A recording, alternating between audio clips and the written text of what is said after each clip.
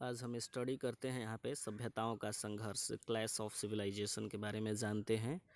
तो देखिए यहाँ पे डायग्राम बनाया गया है 1945 से यूएसए, पूंजीवाद और कोल्ड वॉर एरा, और यहाँ पे साम्यवाद।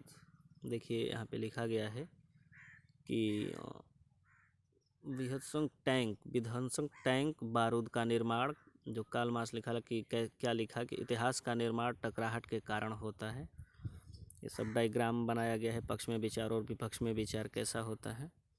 तो देखिए संकल्पना में दिया गया है कि सभ्यताओं में संघर्ष अमेरिकी राजनीतिक सैमुअल हटिंगटन द्वारा दिया गया सिद्धांत है, जिसे उन्होंने 1993 में अपनी पुस्तक the clash of civilization and remaking world order में दिया था। इस सिद्धांत का मानना है कि शीतोत्तर काल में विश्व में संघर्ष का कारण विचारधारा की टकराहट के बजाय सभ्यताओं एवं संस्कृतियों की टकराहट में होगी। हटिंगटन की संकल्पना का आधार क्या था? देखते हैं कि हटिंगटन ने अपनी पुस्तक में पूरी दुनिया को 9 सभ्यताओं में विभाजित किया है, जैसे कि पश्चिमी देश, कनाडा, यूएसए, न्यूजीलैंड, ऑस्ट्रेलिया, और देखिए यहाँ पे कि लैटिन अमेरिका जो है, मैक्सिको, कोरियाई, कैरिबाई देश, और दक्षिण अमेरिका जैसे अदर डॉक्स वर्ल्ड है, रूस, बुल्गारिया, साइप्रस, यूनान, ग्रीस आदि। और शून्यक वर्ल्ड में दिया है चीन, कोरिया, वियतनाम आदि। जैसे कि हिंदू देश में भारत और नेपाल। बौद्धिस्ट वर्ल्ड में जो है Cambodia, Myanmar, Bhutan, Laos, Sri Lanka आदि। और इस्लामिक जो वर्ल्ड है वो उत्तरी अफ्रीका, मध्य यूरोप, एशिया, दक्षिण एशिया, और जब सब सहारा है वो अफ्रीका का मध्य से निचला भाग। और जापानीज जो है जापान।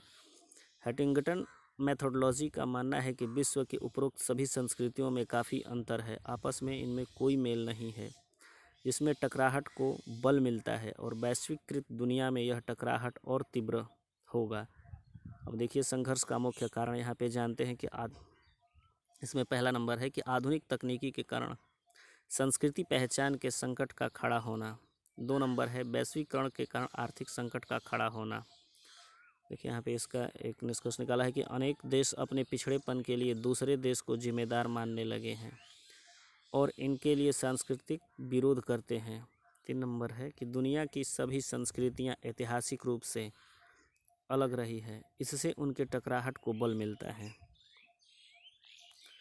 यहाँ पे लिखा गया है कि सभ्यता के संघर्ष के सिद्धांत के पक्ष में विचार क्या है कि दुनिया के अनेक विचारक एवं विद्वान सभ्यताओं के संघर्ष में विश्वास रखते हैं। यहाँ पे लिखा है 911 के बाद ऐसे विचारकों की संख्या में और वृद्धि हुई और इनके लिए अनेक तर्क दिए जाते हैं, जो निम्न हैं।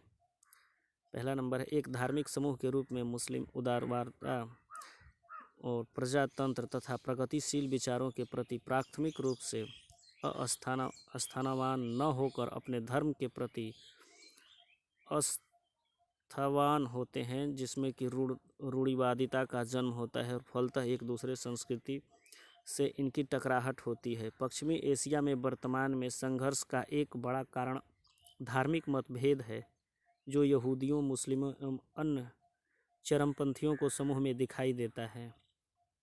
और नेक्स्ट है तीसरा कि वर्तमान में अफ्रीकी महाद्वीप में धर्म एवं नृजातीयता को लेकर काफ़ी संघर्ष हुआ। और 4 नंबर है कि बौद्ध धर्म जैसा धर्म जो कि अपने शांतिवादिता के लिए जाना जाता है, उसका स्वरूप भी अब हिंसक हो गया है।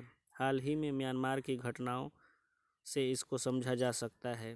और 5 नंबर है कि भारत जैसा बहुसांस्कृतिक देश, जहां सांस्कृतिक सह अस्तित्व इसकी विशेषता रही है, वहाँ सांस्कृतिक टकराहटों को काफ़ी बल मिला है। इसका विपक्ष में विचार देखते हैं कि अधिकांश विद्वान सभ्यताओं के संघर्ष सिद्धांत की तीव्र आलोचना करते हैं। उनके तर्क निम्न हैं। देखिए यहाँ पे लिखा गया है कि हटिंगटन का आंकड़ा गलत है। इसके तहत सांस्कृतिक विविधता को अति साधारणीय ढंग से पेश किया गया है। विश्व में केवल 9 सभ्यताएं संस्कृतियां नहीं हैं, बल्कि हजारों सभ्यताएं संस्कृतियां विद्यमान हैं। 2 नंबर है कि मुस्लिम के अन्य समूहों से टकराहट के कारण गलत ढंग से प्रस्तुत किए गए हैं। और यह कहना है कि इस्लाम को मानने वाले सभी व्यक्ति उदार नहीं होते, धार्मिक रूढ़िवादी उनमें ज़्यादा होता है, यह गलत है। तुर्की इसका प्रमुख उदाहरण है। 3 नंबर है, मध्य पूर्व में अमेरिका सहित पश्चिम देशों का विरोध और उनका ईसाई होने का कारण नहीं किया जाता, बल्कि पश्चिमी देशों द्वारा इस क्षेत्र में संसाधनों यानी तेल गैस आदि को हड़पने के विरोध में किया जाता है। यहाँ विरोध का कारक आर्थिक है, सांस्कृतिक नहीं। और 4 नंबर है, भारत एवं चीन जैसे अनेक देश बहुसांस्कृतिक देश हैं। सांस्कृतिक सह अस्तित्व में इनकी पहचान, यदि सांस्कृतिक अंतर टकराहट का प्रमुख कारक होता है तो सैकड़ों वर्ष पूर्व इन देशों का अस्तित्व मिट गया होता। मूल्यांकन यहाँ पे दिया गया है इसका। यह सत्य है कि दुनिया में अनेक सभ्यताएं एवं संस्कृतियां हैं जिनमें रीति रिवाज, रहन सहन, विचार प्रणाली आदि को लेकर तमाम अंतर होते हैं, लेकिन यह अंतर टकराहट का सार्वभौमिक कारण नहीं होता। दुनिया के सभी संस्कृतियों में सौहार्द, सहिष्णुता तथा सम्मिलन के अनेक गुण विद्यमान होते हैं और सभी संस्कृतियों में टकराहट को मिटाने वाले बल भी होते हैं और सांस्कृतिक सौहार्द को बढ़ाकर एक सुखद विश्व की रचना की जा सकती है।